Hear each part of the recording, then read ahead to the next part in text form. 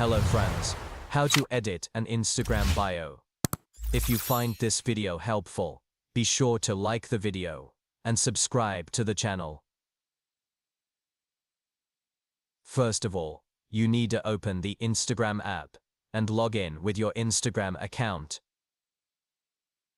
After that, tap on the profile at the bottom right to go to your profile. Now in the middle area, you will find the Edit Profile option. Tap on it. Here you will find the Bio option. Tap on it. Now here, you can edit the bio.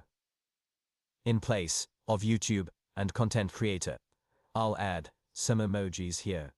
Add anything. Now, if I want to add something else below,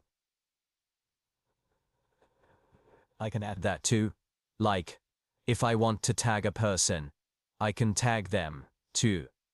After you finish these edits, you will see a checkmark option in the top right corner.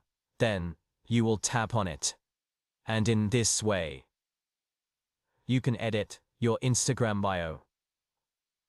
And this is how you can edit your Instagram bio.